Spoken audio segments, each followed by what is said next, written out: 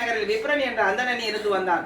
காலத்தின் வினைப்பயனால் எல்லா வழிகளும் அடைக்கப்பெற்று தன் குடும்பத்தை பவதி பிக்ஷாந்தேகி என்று பிக்ஷை வாங்கி காப்பாற்றி வந்தான். முதுமை அவனை இளமையிலேயே கவி கொண்ட போதும் லௌகீக வேட்கை ஏதுமின்றி பரந்தாமனையை எப்போதும் உள்ளத்தை வைத்து துயரத்துக்கிடையேயும் தளராது ஜீவித்து வந்தார். கால் கடுக்க நடந்தும் அலைந்தும் அன்றைய தினத்தில் பிக்ஷை ஏதும் கிடைக்காமல் தடுமாறியபடி நடந்து வந்த போது எதிரில் ஒரு முதியவர் பார்வையில் பட்டார். அவர் விப்ரனை பார்த்து, ஏன் இப்படி துயரப்படுகிறாய்? உன்னை பார்த்தால் என் மனது வலிக்கின்றது. உன்னுடைய முகத்தில் நிரம்பியுள்ள ஏமாற்றம் என்னை ஏதோ செய்கின்றது. நீ எப்படி உனது குடும்பத்தை காப்பாற்றுகிறாய்? கஷ்டமாக இல்லையா என்று நெஞ்சிருக்க கூறவும் விப்ரன் முதிய பிராமணனின் அன்பு வர்ஷிப்பில் மெய்மறந்து நின்றார். தன் மீது இத்தனை அன்போடு இதுவரை எவரும் பேசாத போது இவர் இத்தனை அன்பு செலுத்துகிறாரே என்று வியந்தான். ஒரு சில வினாடிகள் பேச்சு எதுவும் வரவில்லை. பிறகு நிதானித்து, ஐயா, வயதான உம்மை பார்த்து நான் நமஸ்கரிக்கின்றேன். உமக்கு தெரிகின்ற எனது துயரமான சங்கட நிலைமைகள் என் நேரமும் நான் வணங்கும் பரந்தாமனுக்கு தெரியவில்லையே.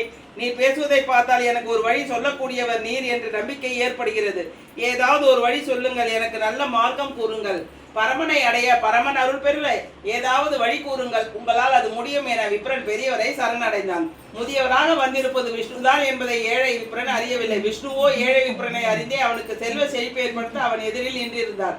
விப்ரன் கருணைக்காக இயங்கி தன் முகத்தையே பார்த்திருக்க முதியவர் விப்ரனை அன்புடன் அழைத்து அவனுக்கு சத்யநாராயண விரதமிகுமையும் அனுஷ்டான அங்கங்களையும் பூஜா விதிகளையும் உபதேசித்து மறைந்தார். விப்ரன் நம்பிக்கை ஒளி பெற்ற முகத்துடன் விரத மேன்மைக்கு வசதியிலேயே என்ற துயரில் எப்போதும் பிக்ஷை பெறும் முன் இல்லம் முன் நின்றான். அம்மா, இன்று நான் சத்யநாராயண விரதமிருந்து பூஜை செய்ய போகிறேன், உதவி செய்யுங்கள் என்றதும் அவன் எதிர்பாராதபடி தேவைக்கு எல்லாம் கிடைத்தன. மேனி சிரித்து விரத மேன்மையின் சக்தி அறிந்து பொருட்களுடன் வீடு சென்றான்.